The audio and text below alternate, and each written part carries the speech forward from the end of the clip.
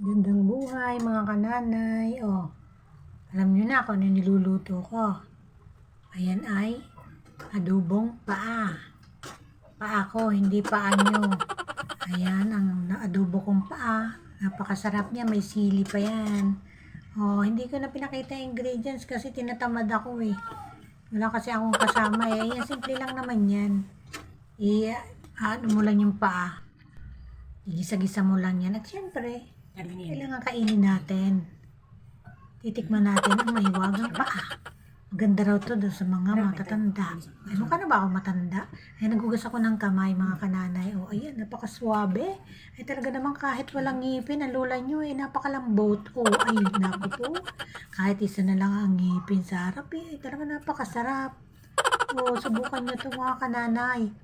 May nadobo ko lang yan. Inano ko lang sa suka, bawang, sibuyas. Tapos, ginisa-gisa ko lang siya. Gisa-gisa para may lasa. Ayan, ang masarap kong adobong paa. Ay talaga namang swabe. Di ba, ang lambot? Kahit kulang ang ngipin ng lola nyo, talaga namang, ayun, may nakasama pang buhok. Kanino kayong buhok yun? Siguro, ay naku, buhok siguro yun ni Ayen.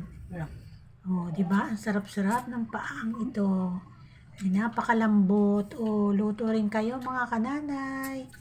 Ang sarap-sarap niyan. Di ba? Swabe. Kain na kayo. Ay ito naman, talaga na aming panghimagas. Si Sky. Habang naglinis si Ayin, nakipag-agawan sa basahan. Talaga naman ang kulit-kulit ng kuting